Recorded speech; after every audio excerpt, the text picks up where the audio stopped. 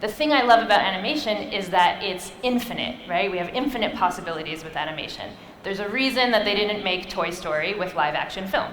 So when I sit down with a project in animation, it's actually really challenging because I can do anything.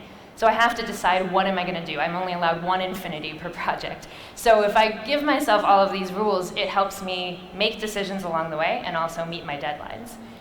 The third example is about the Voynich manuscript. It's the world's most mysterious book.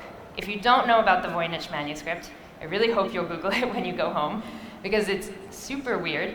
It's a 600-year-old book that is filled with very strange illustrations, totally bizarre, very original, and it has a language written in it that's very beautiful, but no one knows what it says. And scholars have been working on this for years. This project for me actually presented a unique challenge. The Voynich manuscript itself is an amazing piece of art. So if I'm making an animation about it, I don't want to recreate the art that's in this book, right? I want to show the book itself.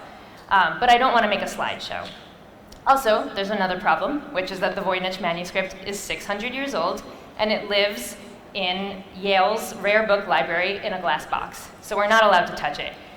Luckily, it has been digitized as high-resolution photographs, so I was able to have access to those. The other challenge with this assignment was that this lesson covers histories that are largely speculative. We don't actually know much about the Voynich manuscript. We just have ideas about it.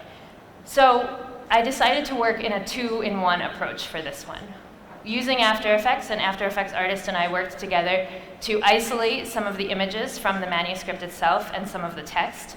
And we created camera moves and subtle motions of those images, so that way we could see the actual text. But then for all of the speculative pieces, I worked in puppet stop motion. So you can see me animating a small Voynich there. And Voynich, of course, needs to have his manuscript. So I'm very lucky because I have a partner who is a pop-up bookmaker, a paper engineer, which is the only job I think that's as cool as being an animator.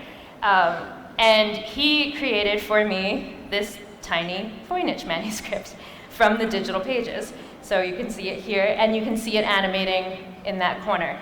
And the reason I really wanted to have one of these is, well, first of all, because I just wanted one, but also because I really love that the book had these fold-out pages. I think that's the most iconic part of this manuscript, and something that you can't understand just from photographs.